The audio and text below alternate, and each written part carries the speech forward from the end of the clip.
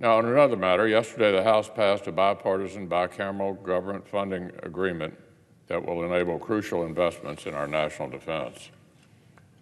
Putin's war on Ukraine is just one manifestation of the major long-term threats to American security and American interests posed by major competing powers like Russia and China.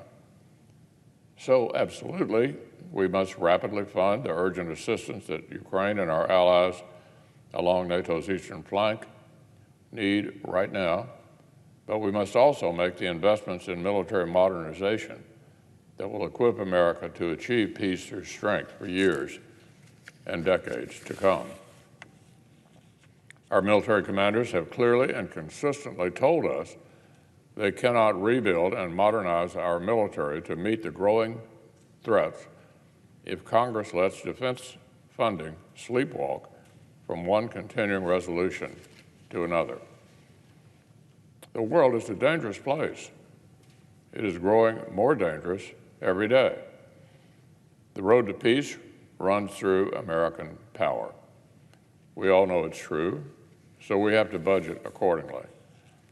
Our recent negotiations put us Republicans in the surreal position of having to push a commander-in-chief's party into giving his own commanders the funding they need.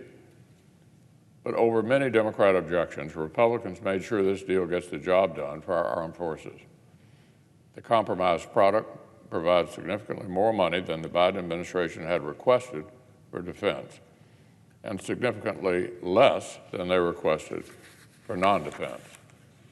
Until 24 hours ago, this compromise was also going to reprogram money away from Democrats' wasteful spending spree that neglected COVID needs and reallocate it to vaccines and treatments for the American people.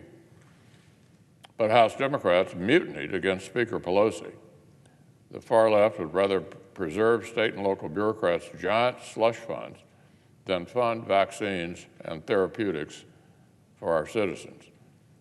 So the COVID component has fallen out. Overall, this agreement checks the three boxes I laid out months ago. The bill maintains parity between defense and non-defense spending growth. It maintains long-standing bipartisan policies such as protecting taxpayers against funding abortions and being politically targeted by the IRS. And new far-left poison pills were cut out.